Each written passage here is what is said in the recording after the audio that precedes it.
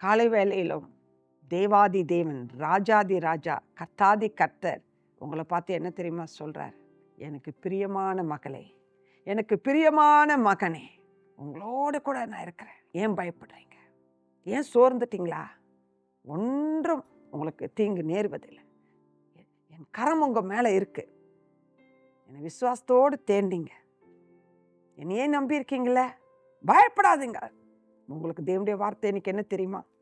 சங்கீதம் 11:7, கர்த்தர் நீதி உள்ளவர், நீதியின் மேல் பிரியப்படுவார், அவருடைய முகம் செம்மையானவனை நோக்கி இருக்கிறது. ஹல்லேலூயா! அவர் நீதி செய்கிற தேவன். அவருடைய உள்ள எப்படி தெரியுமா?